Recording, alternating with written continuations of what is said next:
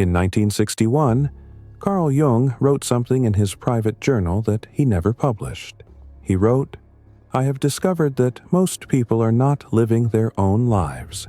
They are living the life that was programmed into them." 3 months later, he died. But what he meant by programmed is what changed everything, because Jung wasn't talking about society or culture or upbringing. He was talking about something deeper, something psychological, something that happens to every human being whether they know it or not. And decades later, another man would pick up where Jung left off. Jordan Peterson, clinical psychologist, professor, author. But more than that, a modern interpreter of ancient psychological truths. Peterson spent years studying Jung, Nietzsche, Dostoevsky, and Solzhenitsyn, and he found something they all saw: a pattern, a hidden structure that controls human behavior, not from the outside, but from within. And once you see it, you can never unsee it. Tonight, we're going to walk through the most important insights Peterson has shared, the ones that cut deepest, the ones that reveal what Jung called the programming. This is going to be uncomfortable. But if you're ready to see, let's begin. This is the Hidden Codex. Before we go deeper, if you're tired of surface-level content and you're ready for the psychological truths most people avoid, subscribe to the Hidden Codex. Turn on notifications, because what comes next cannot be unlearned. Now, let's continue.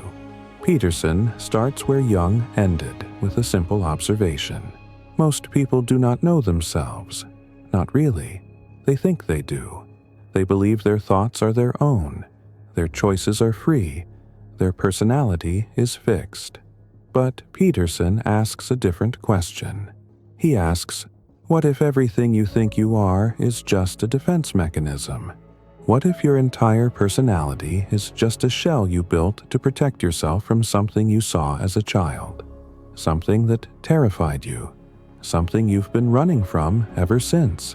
Peterson calls this the construction of the false self, and he didn't invent the concept. Jung discovered it first. Jung found that when children experience trauma or pain or shame, they don't just remember it. They reorganize themselves around it. They build a personality designed to avoid that pain ever happening again. If a child is punished for being too loud, they become quiet. If they're rejected for being vulnerable, they become hard. If they're abandoned for needing too much, they become independent. And here's the disturbing part. This new personality works. It protects them. It keeps them safe. So they keep it. Into adolescence, into adulthood, into their 30s, their 40s, their entire lives. Until one day they wake up and they realize the person they became isn't who they are. It's who they had to be to survive. Peterson says, you are not your personality. You are what you could become if you stopped defending yourself. But most people never stop, because stopping means feeling what they buried, and that's terrifying. So they stay asleep, living someone else's life, thinking it's theirs. Peterson learned this from his clinical practice. He spent decades working with people, listening to their stories, their pain, their patterns. And he noticed something, the same pattern, over and over. People came to him with depression, anxiety, addiction, relationship problems. And when he dug deeper, he always found the same thing, a lie. A lie they were telling themselves about who they were, about what they wanted, about what had happened to them. And this lie was killing them. Not literally, but psychologically. Because when you live a lie, you cannot grow. You cannot change. You cannot become who you actually are. You're trapped in a story that isn't yours. Peterson describes this in his lectures. He says, if you're not moving forward, you're moving backward. There is no staying still, because life is change. constant, relentless, unavoidable change. And if you're not adapting, you're dying. Slowly, invisibly, from the inside. This is what Jung called psychic death, the death of the soul while the body still lives. And Peterson saw it everywhere. In his patients, in his students, in the culture around him. People walking, talking, functioning, but inside nothing. No fire, no purpose, no life. Just routine, just survival, just waiting for it to be over. And Peterson asked why. Why do so many people give up on themselves? Why do they settle? Why do they stop trying to become who they could be? And the answer he found was terrifying, because it wasn't external. It wasn't society or capitalism or oppression. It was internal. People gave up because they were afraid of what they might find if they looked inside, afraid of what they might have to change, afraid of who they might have to become. And so they stayed small, safe, dead. Peterson writes, "The purpose of life is to find the largest burden you can bear and bear it." Most people read that and think it's about responsibility. It's not. It's about meaning, because meaning doesn't come from comfort. It doesn't come from ease. It comes from struggle, from facing what you're afraid of, from carrying what you think you can't carry, and becoming stronger because of it. This is what Peterson learned from Nietzsche. Nietzsche wrote, "He who has a why to live can bear almost any how." And Peterson saw this in his own life, in his battles with depression, illness, anxiety. He saw that when he had purpose, he could endure anything. But when he lost purpose, even small things became unbearable. And he realized most people aren't suffering because life is hard. They're suffering because life is meaningless, because they've given up on the struggle. They've chosen comfort over growth, safety over truth, and in doing so, they've lost the only thing that makes life worth living, which is meaning. So, how do you find meaning? Peterson says, tell the truth. That's it. Tell the truth.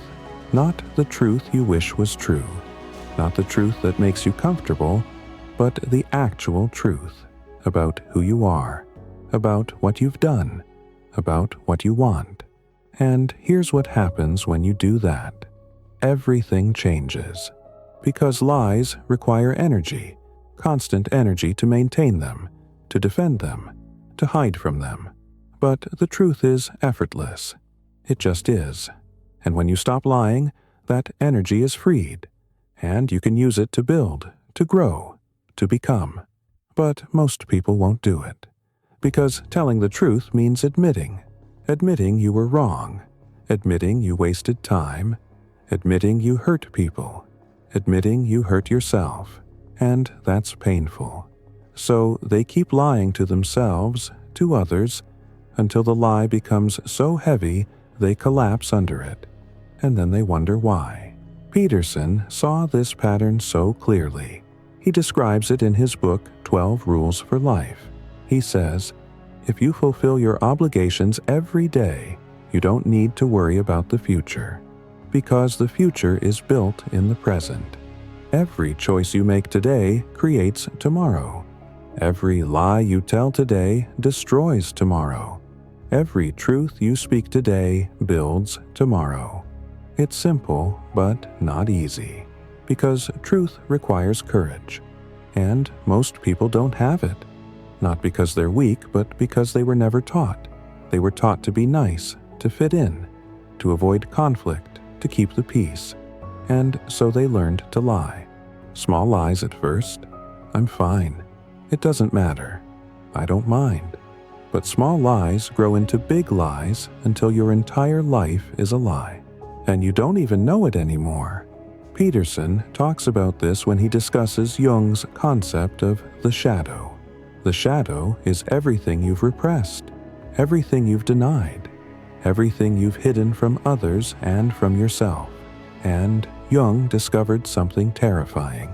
The shadow doesn't go away. It doesn't disappear just because you ignore it.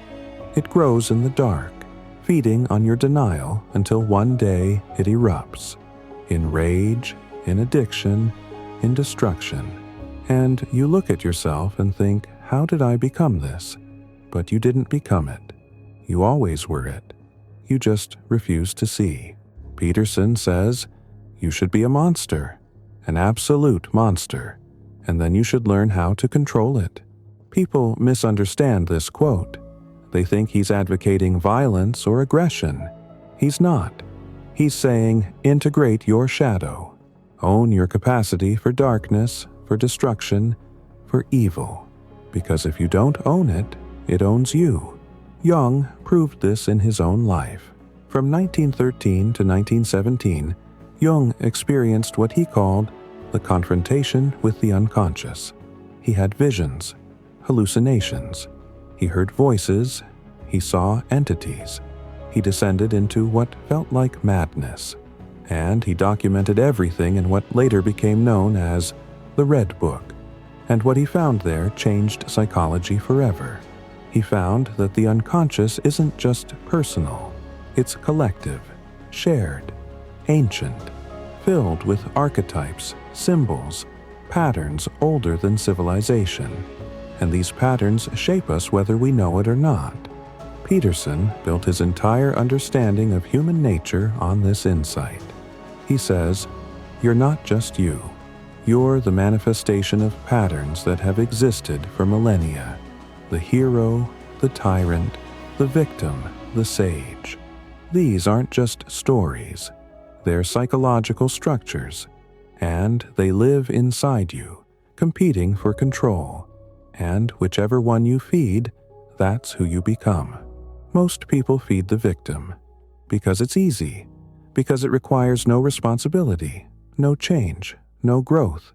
You just blame the world, other people, your circumstances, and you stay stuck forever. Peterson saw this in his students. He taught at Harvard, then University of Toronto, and he watched as a generation of young people gave up, not because life was too hard, but because they were taught that life was meaningless, that there was no purpose, no truth, no values worth fighting for, just subjective opinions, just power games, just your truth and my truth, and no truth at all.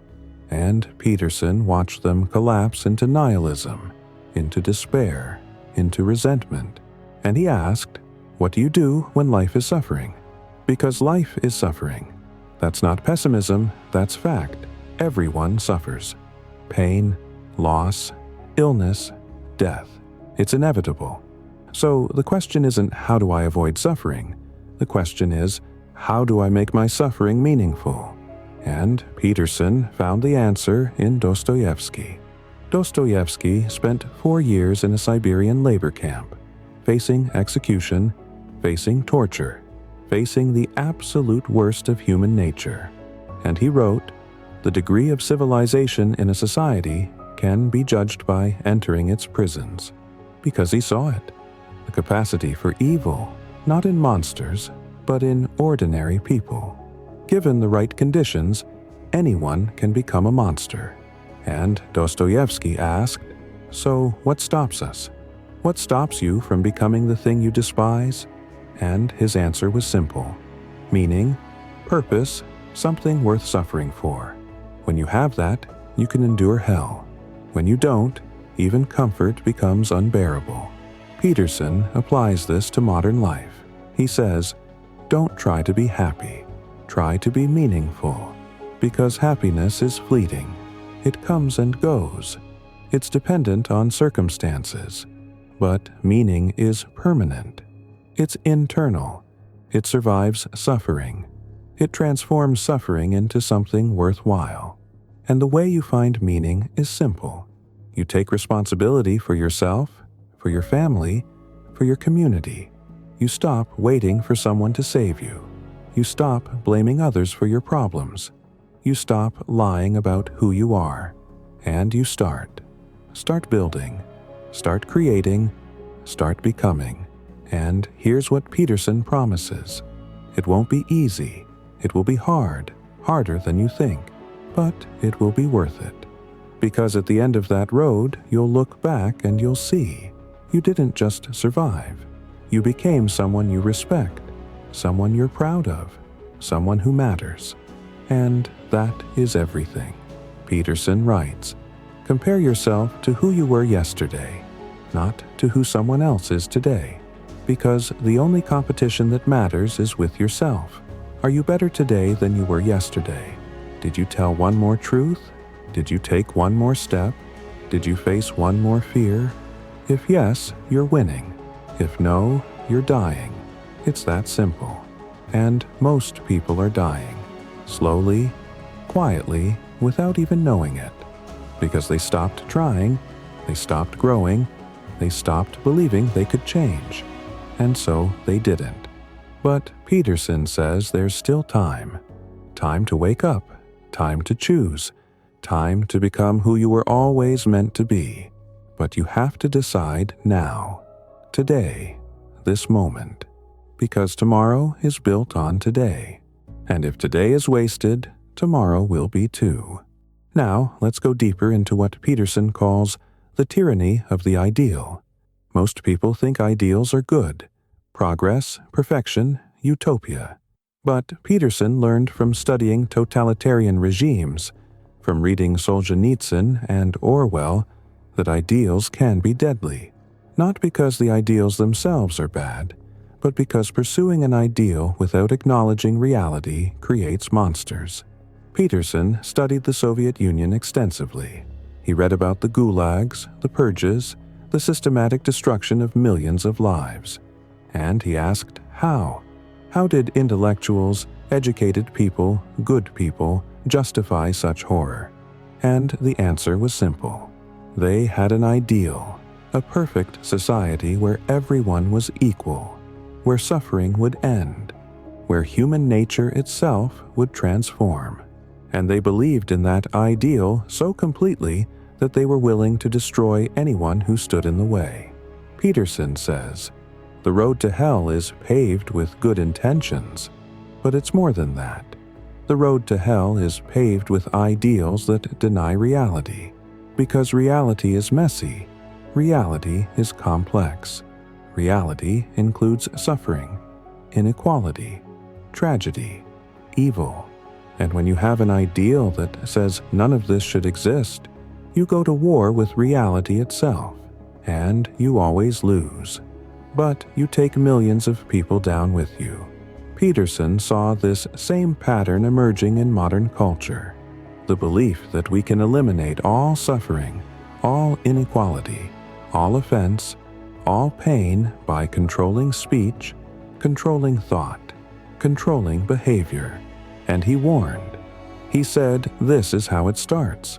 With good intentions, with compassion, with the desire to help.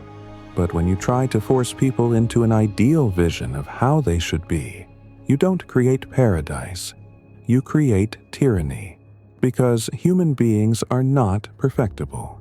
We're flawed, we're contradictory, we're capable of both great good and terrible evil. And any ideology that denies this reality will eventually resort to force to make reality conform to the ideal. This is what Solzhenitsyn warned about. Solzhenitsyn spent 11 years in the Gulag system. He saw what happens when ideology becomes more important than truth. He wrote The Gulag Archipelago to document this horror, to show the world what happens when you sacrifice individuals for the collective, when you sacrifice truth for ideology, when you sacrifice reality for the ideal. And Peterson made it his mission to ensure people understood this lesson, because he saw it happening again. Not with guns and gulags, not yet, but with the same underlying psychology. The belief that if we just control enough variables, if we just eliminate enough problematic thoughts and behaviors, we can create a perfect society. But Peterson knows from studying history that this always fails, and it always creates suffering far worse than what it was trying to eliminate. So what's the alternative? Peterson says, accept reality. Accept that life is suffering. Accept that inequality is inevitable. Accept that you cannot control other people. Accept that you cannot create heaven on earth. And once you accept this, once you give up the tyranny of the ideal, you can start doing something actually useful. You can start taking responsibility for your own life.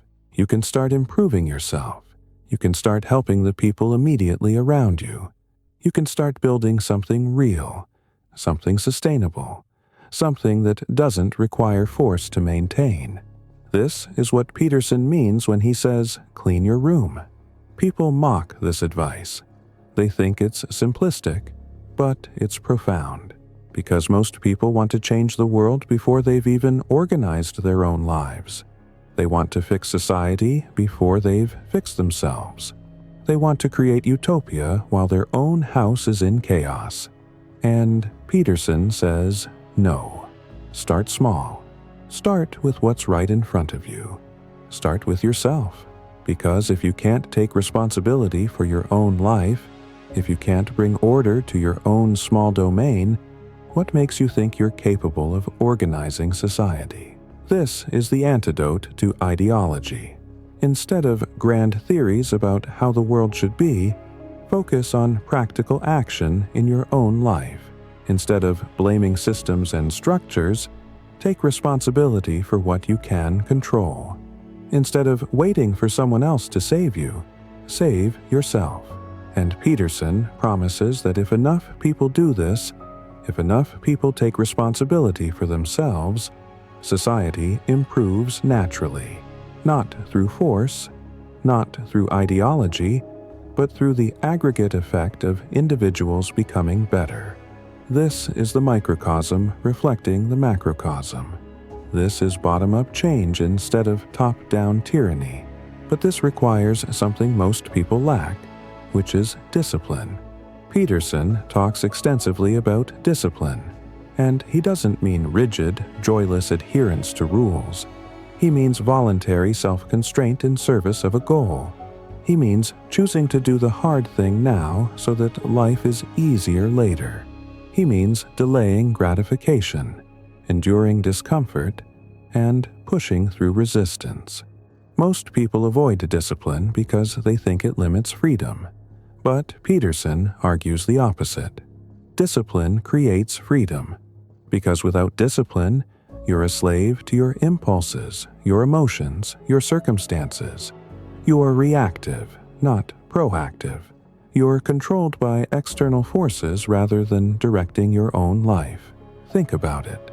The person who has no discipline around food becomes a slave to their appetite. The person who has no discipline around money becomes a slave to their circumstances. The person who has no discipline around their emotions becomes a slave to their moods. But the person who develops discipline gains control. They can choose to eat healthy even when they crave junk food. They can save money even when they want to spend. They can remain calm even when they feel angry. This is real freedom, not the absence of constraint, but the ability to constrain yourself voluntarily in service of your values. Peterson learned this from studying the great religious and philosophical traditions. Buddhism talks about the middle way, about avoiding both excess and deprivation. Stoicism talks about self-mastery, about controlling what you can control and accepting what you cannot. Christianity talks about self-sacrifice, about dying to your old self to be reborn. All of these traditions understood that human beings need structure, need discipline, need voluntary constraint, because without it, we descend into chaos. And chaos is suffering. Not the meaningful suffering that comes from pursuing a goal, but the meaningless suffering that comes from having no direction, no purpose, no structure. This is what Peterson means when he talks about order and chaos. Order is structure, predictability, routine. Chaos is possibility, change, the unknown. And both are necessary. Too much order and life becomes rigid, stifling, dead. Too much chaos and life becomes overwhelming, terrifying, unmanageable. The goal is to find the balance, to live on the edge between order and chaos, to have enough structure to function, but enough flexibility to adapt, to have enough routine to build competence, but enough novelty to grow. This is where meaning lives, on the boundary between the known and the unknown. Peterson describes this as the hero's journey, borrowing from Joseph Campbell. The hero starts in the familiar world, the world of order. Then something calls them to adventure, to chaos. They resist at first, but eventually they cross the threshold. They enter the unknown, and there they face trials, challenges, enemies. They're tested, they suffer, they're transformed, and then they return to the familiar world, but changed. They bring back knowledge, wisdom, treasure, and the familiar world is enriched by what they learned in chaos. This is the pattern of growth. This is how individuals develop. This is how cultures advance. And Peterson argues that modern culture has lost this understanding. We've become risk-averse. We try to eliminate all danger, all discomfort, all chaos. We overprotect children. We create safe spaces. We avoid difficult conversations. And in doing so, we prevent growth, because growth requires challenge. It requires facing the unknown. It requires voluntary exposure to chaos. Without this, people become weak, fragile, unable to handle adversity. And then, when real chaos inevitably arrives, when real suffering inevitably occurs, they collapse. They have no resilience, no strength, no capacity to endure. This is what Peterson saw in his clinical practice. People who had been so protected, so sheltered, that they couldn't handle normal life stress. A criticism at work would devastate them. A relationship conflict would destroy them. A setback would paralyze them, because they had never developed the capacity to suffer. They had never been allowed to struggle. They had never learned that they could endure discomfort and come out stronger. So Peterson's advice is, expose yourself to chaos voluntarily. Take on challenges. Face your fears. Do hard things, not because you have to, but because choosing to do so makes you stronger. This is the opposite of victimhood. The victim says, life is happening to me. The hero says, I am happening to life. The victim waits to be saved. The hero saves themselves. The victim blames circumstances. The hero takes responsibility. And Peterson argues that this choice, this fundamental orientation toward life, determines everything. It determines whether you grow or stagnate, whether you become stronger or weaker, whether you create meaning or descend into nihilism. And it's a choice you make every single day, in every single moment. So how do you make the right choice? Peterson says, pay attention. Pay attention to what you're doing. Pay attention to the consequences of your actions. Pay attention to your internal state. Most people operate on autopilot. They're not conscious of their choices. They're not aware of their patterns. They're not present in their own lives. And this unconsciousness is deadly. Because if you're not paying attention, you can't correct course. You can't learn. You can't adapt. You just keep repeating the same mistakes, wondering why nothing changes. This is where Peterson's emphasis on truth becomes crucial again, because paying attention means confronting reality, and reality is often uncomfortable. It shows you where you're failing, where you're lying, where you're avoiding responsibility. Most people don't want to see this, so they distract themselves with entertainment, with substances, with busyness, anything to avoid looking at the truth of their lives. But Peterson says this avoidance is exactly what keeps you stuck, because you cannot fix what you will not acknowledge. You cannot change what you refuse to see. So the first step is always awareness, honest, brutal awareness of where you actually are, not where you wish you were, not where you pretend to be, but where you actually are right now. And this requires courage, because what you'll see might be disappointing. You might see that you're weaker than you thought, that you've wasted more time than you realized, that you've hurt more people than you acknowledged.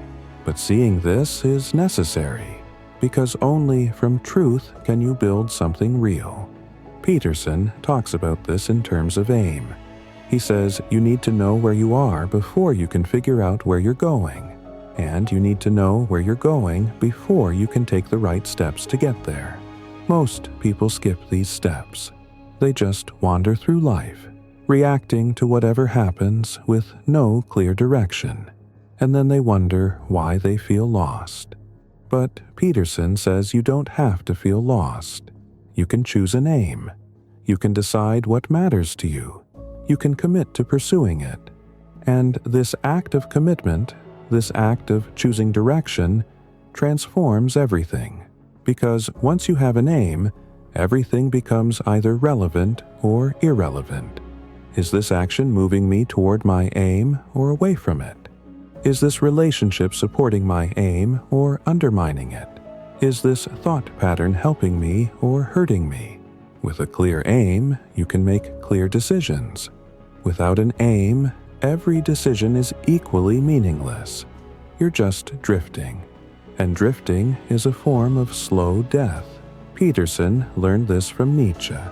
Nietzsche wrote extensively about nihilism, about the death of God, about the loss of meaning in modern life. And Nietzsche saw that when people lose their sense of purpose, when they lose their faith in something transcendent, they become untethered. They have no reason to suffer, no reason to endure, no reason to keep going. And this leads to what Nietzsche called passive nihilism, the exhaustion, the weariness, the sense that nothing matters, so why bother? But Nietzsche also saw another possibility, which he called active nihilism. This is when you recognize that there is no inherent meaning, that the universe doesn't care about you, that you're going to die and be forgotten. And instead of despairing, you create meaning. You choose what matters. You decide what's worth suffering for. You become, in Nietzsche's terms, the creator of your own values. This is what Nietzsche meant by the Übermensch, the person who transcends the need for external validation, who creates their own meaning, who becomes fully autonomous. Peterson sees this as the psychological goal, to become autonomous, self-directed, capable of creating your own meaning. But he adds something Nietzsche didn't fully develop, which is that this process requires integrating the wisdom of the past. You don't create meaning from nothing. You don't invent values arbitrarily. You build on the accumulated wisdom of human history.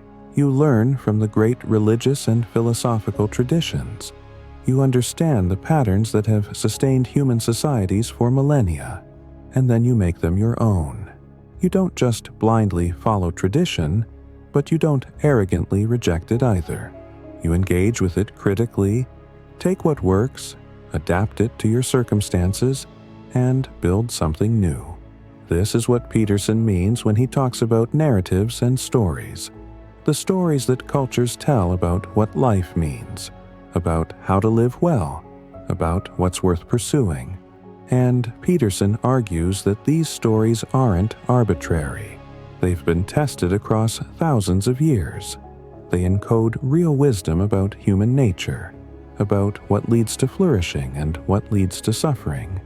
And modern cultures attempt to reject all traditional narratives, to say there are no universal truths, no common values, no shared meaning, is naive at best and dangerous at worst.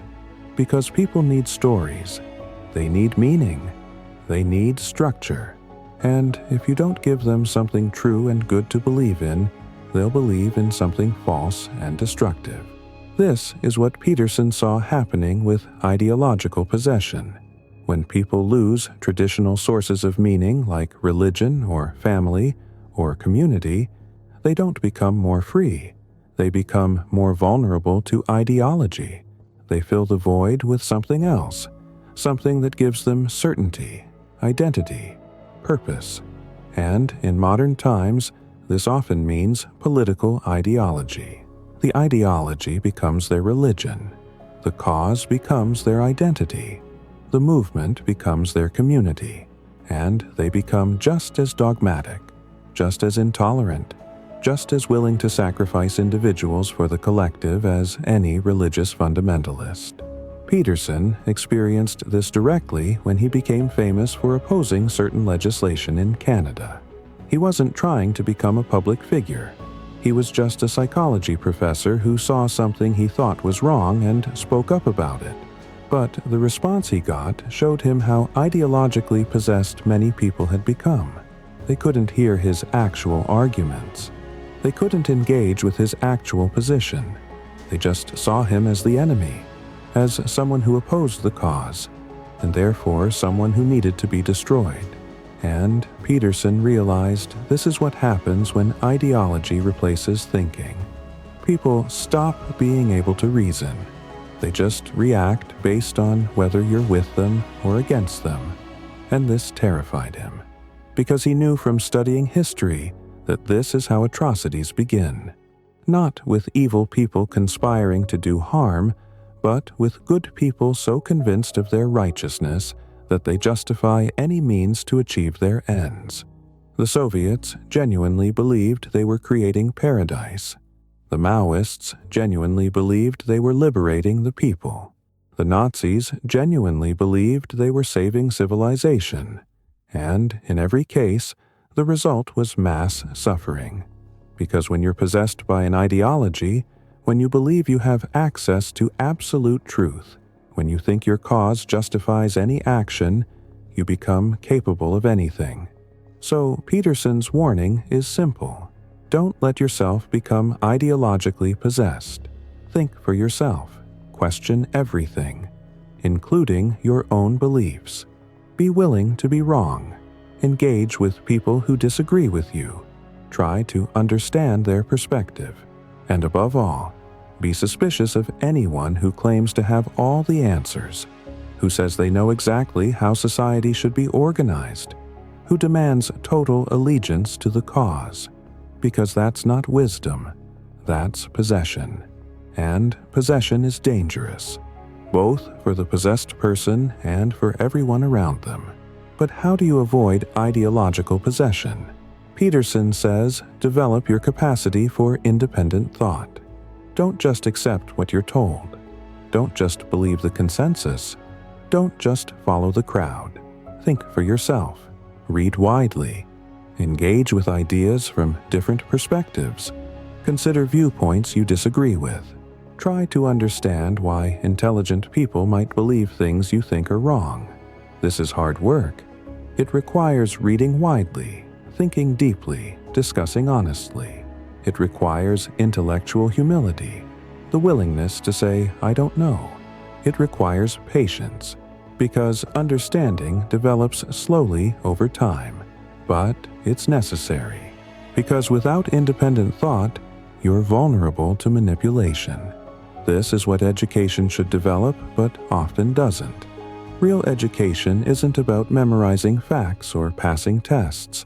It's about learning how to think, how to question, how to evaluate evidence, how to change your mind when confronted with better arguments. But modern education has largely failed at this. Instead of teaching people how to think, it teaches them what to think. Instead of developing autonomous individuals, it produces ideologically conforming graduates. And Peterson saw this in his own students. Many of them had been taught that certain questions couldn't be asked, certain ideas couldn't be considered, certain conclusions were forbidden. And this isn't education. This is indoctrination. So Peterson became an advocate for free speech, for open inquiry, for the marketplace of ideas.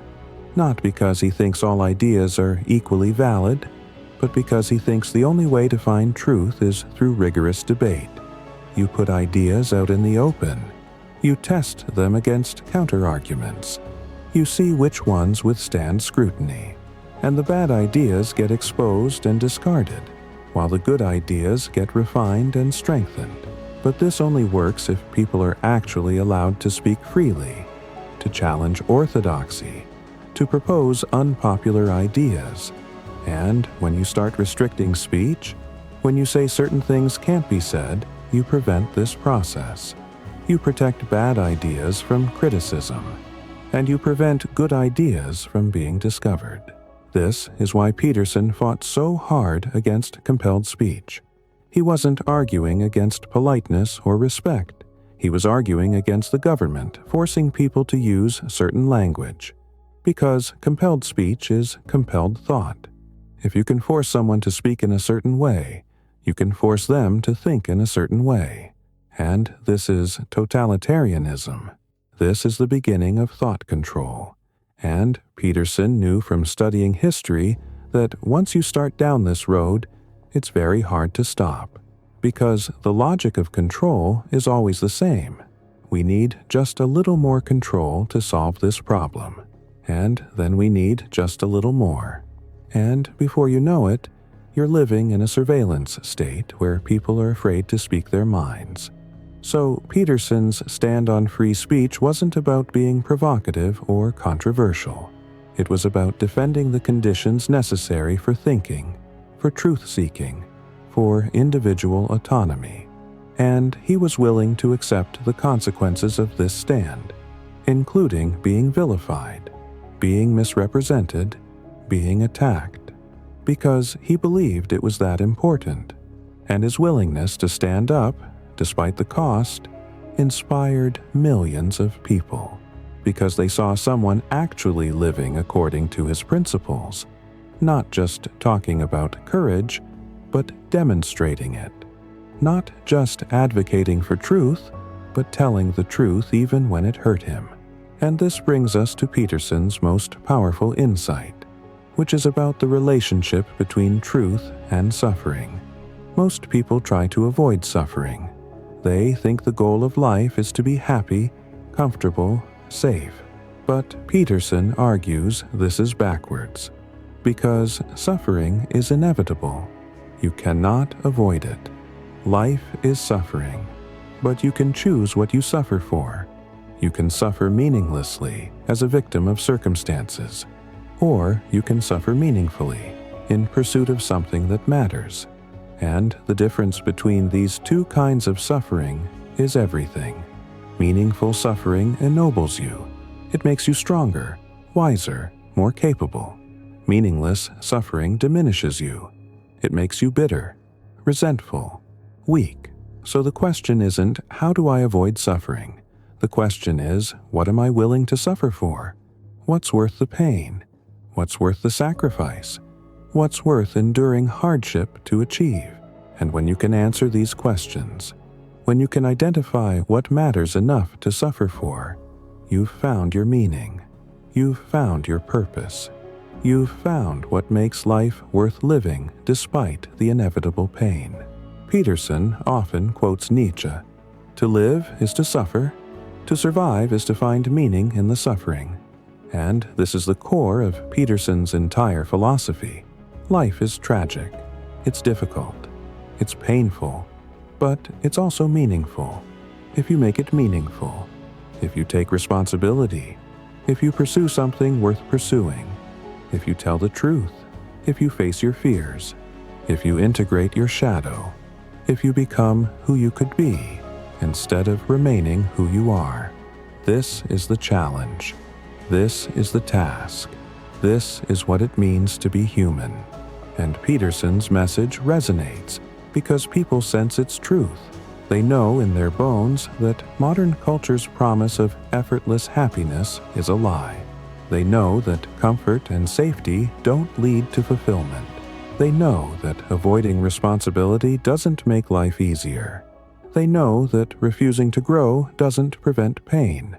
And they're looking for someone to tell them the truth, to tell them that yes, life is hard, but that's okay, because hard is where meaning lives. Hard is where growth happens. Hard is where you discover who you really are and what you're really capable of. So, here's what Peterson is asking you to do. Stop lying. Stop pretending. Stop avoiding. Stop blaming. Stop waiting. Start telling the truth about your life. Start taking responsibility for your choices. Start facing what you're afraid of. Start doing the hard things you've been avoiding. Start becoming who you know you should be. And yes, this will be painful. Yes, this will be difficult. Yes, you will fail sometimes. But this is how you build a life worth living. This is how you create meaning. This is how you become someone you respect. Peterson writes, "You're going to pay a price for every bloody thing you do and everything you don't do. You don't get to choose to not pay a price. You get to choose which poison you're going to take. That's it. So, choose your suffering carefully. Choose to suffer for something meaningful. Choose to pay the price of growth rather than the price of stagnation. Choose to endure the discomfort of truth rather than the agony of living a lie. Choose to become rather than to remain, because that choice is the only real freedom you have, and how you make that choice determines everything else." Now, let's talk about something Peterson emphasizes constantly, which is the importance of incremental progress. Most people fail not because they don't try hard enough, but because they try too hard all at once. They want massive change immediately. They want to transform their entire life overnight. They set impossible goals and then collapse when they can't achieve them. And Peterson says this is exactly backwards.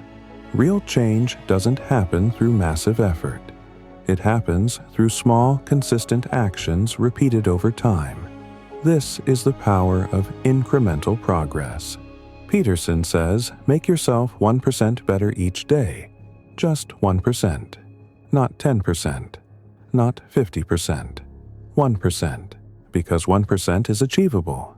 1% doesn't require superhuman willpower. 1% doesn't overwhelm you. But here's the magic. 1% compounds. If you get 1% better every day for a year, you're not 1% better, you're 37 times better. This is the power of compound growth. This is how transformation actually happens. Not through dramatic gestures, but through boring, consistent, incremental improvement. So, what does 1% look like in practice? It looks like making your bed in the morning. It looks like doing 5 push-ups instead of 0. It looks like reading 1 page before bed. It looks like telling 1 truth you would have normally avoided. These actions seem trivial. They seem too small to matter. But that's exactly why they work. Because they're so small, you can actually do them. And when you do them consistently, they compound. The person who does 5 push-ups every day will eventually be doing 50. The person who reads 1 page will eventually finish books. The person who makes their bed will eventually organize their entire house. This is what Peterson means by starting small. Don't try to fix everything at once. Don't try to become perfect. Just try to be slightly better than you were yesterday, and then do it again tomorrow, and the day after that.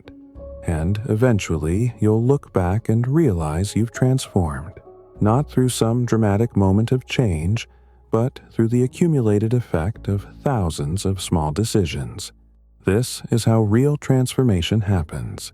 This is how you actually change your life. But here's what most people miss. Small changes require consistency, and consistency requires systems, not motivation. Because motivation is unreliable. Motivation comes and goes. Some days you feel inspired, some days you don't. If you are relying on motivation, you'll only act when you feel like it, and that's not enough.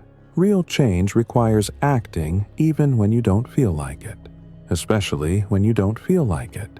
And the only way to do that is to build systems that remove the need for motivation. What's a system? A system is a set of behaviors that happen automatically, without requiring conscious decision, like brushing your teeth. You don't wait to feel motivated to brush your teeth. You just do it because it's part of your routine. And Peterson says you need to build the same kind of automatic routines around the behaviors that matter. If you want to exercise, don't wait for motivation. Build a system. Set a specific time. Prepare your clothes the night before. Remove barriers. Make it easier to do it than to not do it.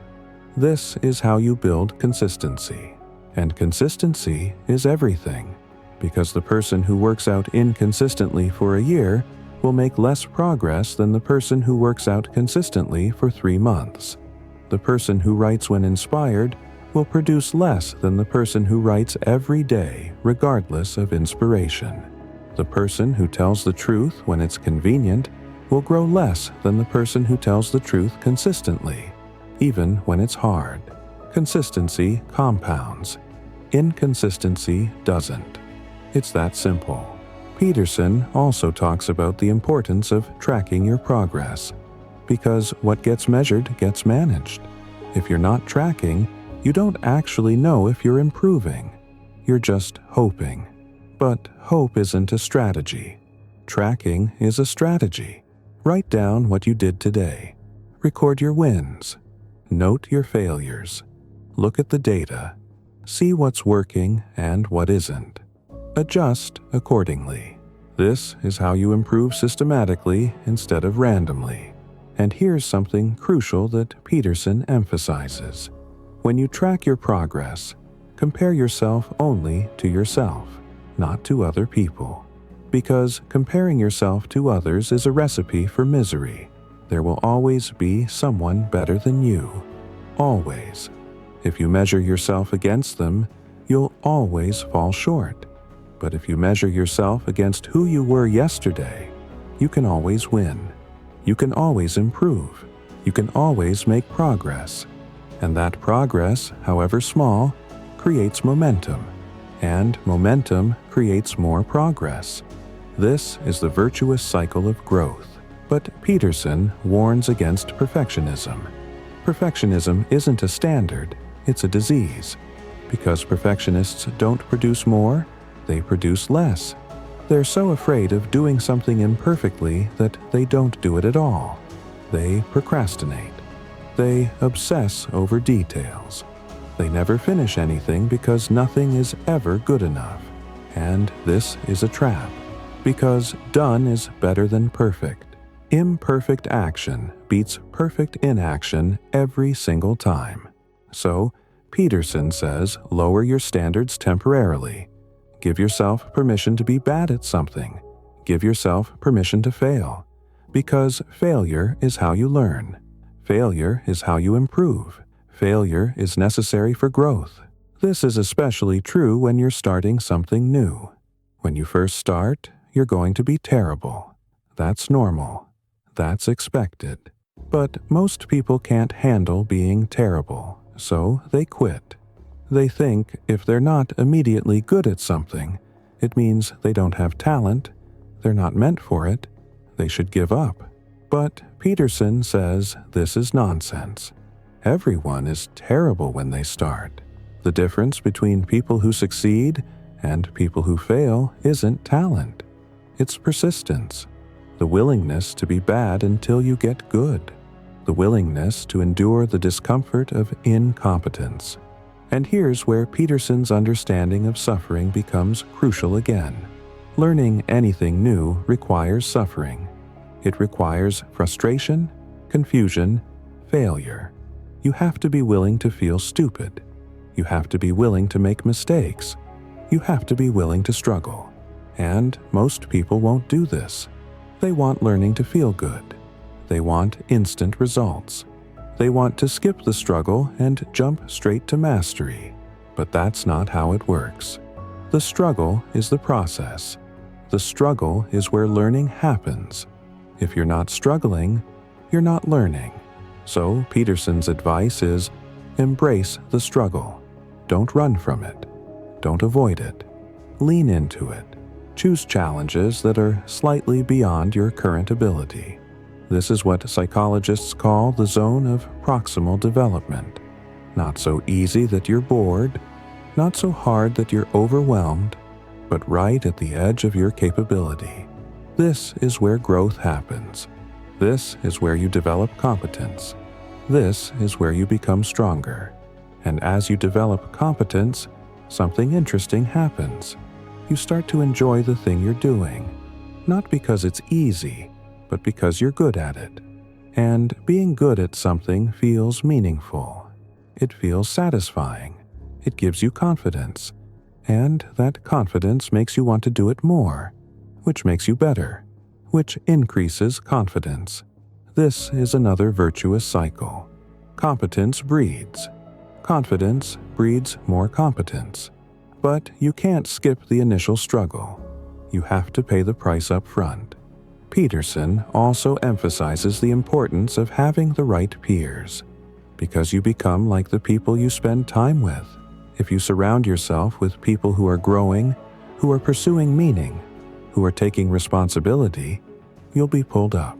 If you surround yourself with people who are stagnant, who are making excuses, who are blaming others, you'll be pulled down. It's that simple. So choose your friends carefully. Choose your community carefully. Choose your influences carefully, because they're shaping you whether you realize it or not. And if you don't have the right peers, find them. Seek out people who are doing what you want to do, who have the qualities you want to develop, who are living the kind of life you want to live. Learn from them. Model them. Let them raise your standards, because your standards are contagious. You absorb them from the people around you. So make sure you are around people whose standards are worth absorbing. Peterson also talks about the importance of having a transcendent aim. Not just a goal, but something bigger than yourself. Something that gives your life ultimate meaning. Something worth sacrificing for. This could be religious faith. It could be service to others. It could be creating something valuable. It could be raising children well. Whatever it is, it needs to be something that makes your individual suffering worthwhile. Because when you have a transcendent aim, when you're connected to something larger than yourself, you can endure anything. This is what Viktor Frankl discovered in the concentration camps. Frankl was a psychiatrist who survived Auschwitz, and he noticed that the people who survived weren't necessarily the strongest or the healthiest.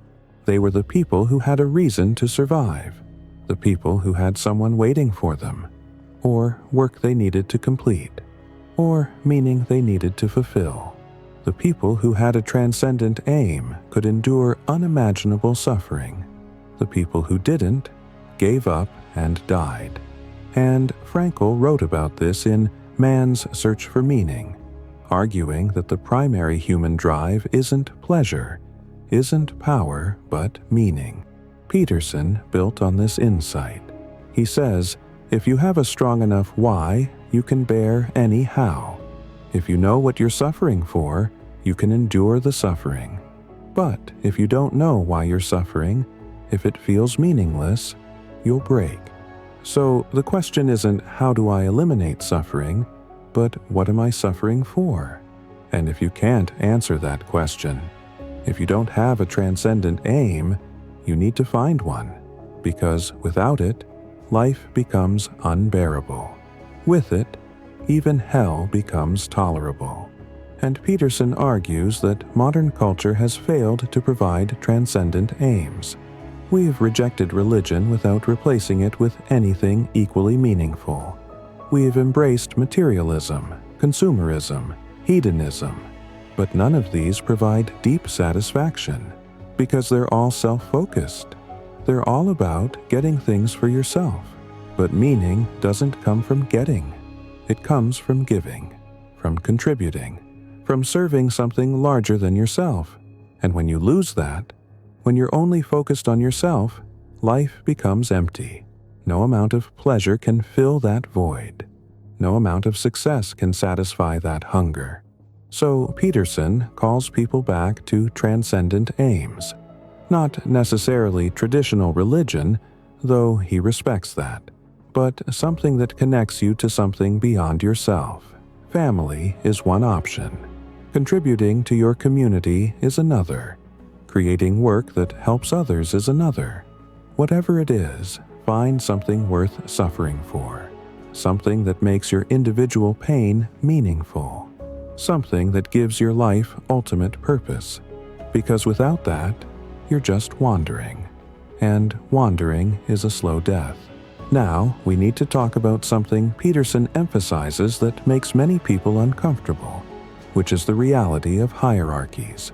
Modern culture teaches that hierarchies are social constructs, that they're arbitrary, that they're oppressive. But Peterson argues this is false.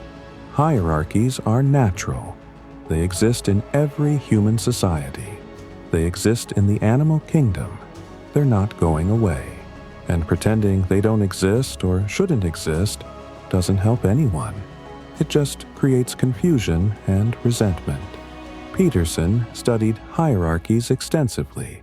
He looked at lobsters, which have hierarchical social structures based on serotonin levels. He looked at human societies across history and cultures. And he found the same pattern everywhere. Hierarchies emerge naturally whenever individuals interact. Some people rise. Some people fall. Some people lead. Some people follow. This isn't oppression. This is nature. This is reality. And denying it doesn't change it. But here's what matters. Hierarchies aren't fixed. You're not stuck where you are. You can climb. You can rise. You can improve your position. But only if you take responsibility. Only if you develop the competence. Only if you provide value. Only if you become someone worth following. And this requires work. It requires discipline. It requires sacrifice. But it's possible. And that's the crucial point.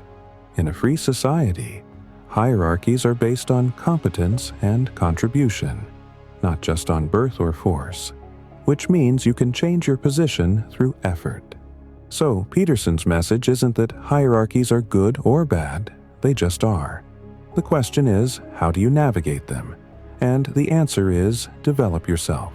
Become competent, become reliable, become valuable, take responsibility, solve problems, help others, and you'll rise naturally. Not because you're manipulating the system, but because you're actually contributing. This is the difference between earned status and unearned status. Earned status is respect. Unearned status is just position. And only earned status is sustainable. Peterson also emphasizes that being at the bottom of a hierarchy isn't shameful. Everyone starts at the bottom. The question is, are you moving up or staying stuck? Are you learning and growing or complaining and stagnating? Because the person at the bottom who's improving is more admirable than the person at the top who's coasting. What matters isn't where you are, but what direction you're moving, and that's entirely under your control. This connects to Peterson's emphasis on taking responsibility. Because if hierarchies are natural and somewhat based on competence, then your position in them is partly your responsibility. Not entirely. There's luck involved. There's circumstance. There are factors beyond your control. But there's also a lot you can control. Your effort, your choices, your development. And focusing on what you can control is the only productive approach. Focusing on what you can't control just makes you a victim. And victims don't rise. So Peterson says, stop complaining about hierarchies and start climbing them. Stop resenting successful people and start learning from them. Stop blaming the system and start improving yourself. Because whether you like it or not, hierarchies exist. And you're in them. And you have two choices: climb or complain, build or blame, grow or stagnate. And that choice determines everything. Now you know what Jung knew. You know what Peterson knows.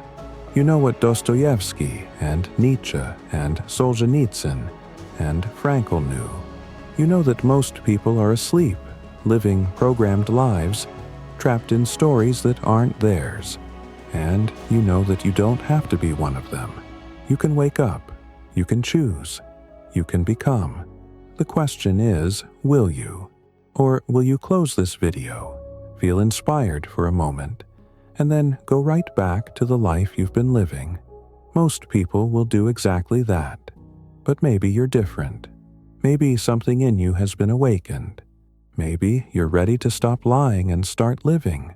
If you are, then everything starts now. Not tomorrow. Not when circumstances are better. Not when you feel ready. Now. Because now is all you have. And what you do with it determines who you become. So, what will you choose? Will you choose comfort or growth? Will you choose lies or truth? Will you choose to remain or to become?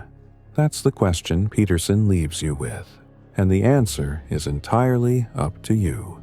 But remember this, the path Peterson describes isn't easy.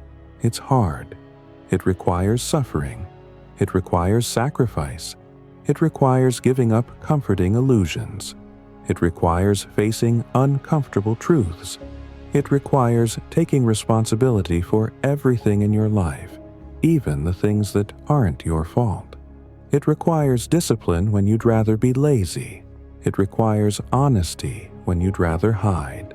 It requires courage when you'd rather play it safe. This is the price, and not everyone is willing to pay it. But for those who do, for those who actually commit to this path, something remarkable happens. Life becomes meaningful. Not easy, not comfortable, but meaningful. And meaning sustains you through anything. Meaning makes suffering worthwhile. Meaning transforms your life from something you're just enduring into something you're actively creating. And that transformation changes everything. Not just for you, but for everyone around you. Because when you become someone who takes responsibility, who tells the truth, who faces their fears, who carries their burden with dignity, you become a light for others. You become an example. You become proof that it's possible. And that's what the world needs. Not more people complaining about how hard life is. Not more people blaming others for their problems. Not more people waiting to be saved. The world needs people who save themselves. People who take responsibility. People who build instead of destroy. People who create meaning instead of spreading nihilism. People who tell the truth instead of hiding behind comfortable lies. Be one of those people. Because if not you, then who? And if not now, then when? If this opened something in you, if you felt the weight of these truths, if you're ready to start the work, subscribe to the Hidden Codex. Hit that notification bell. Because we don't do surface-level content here.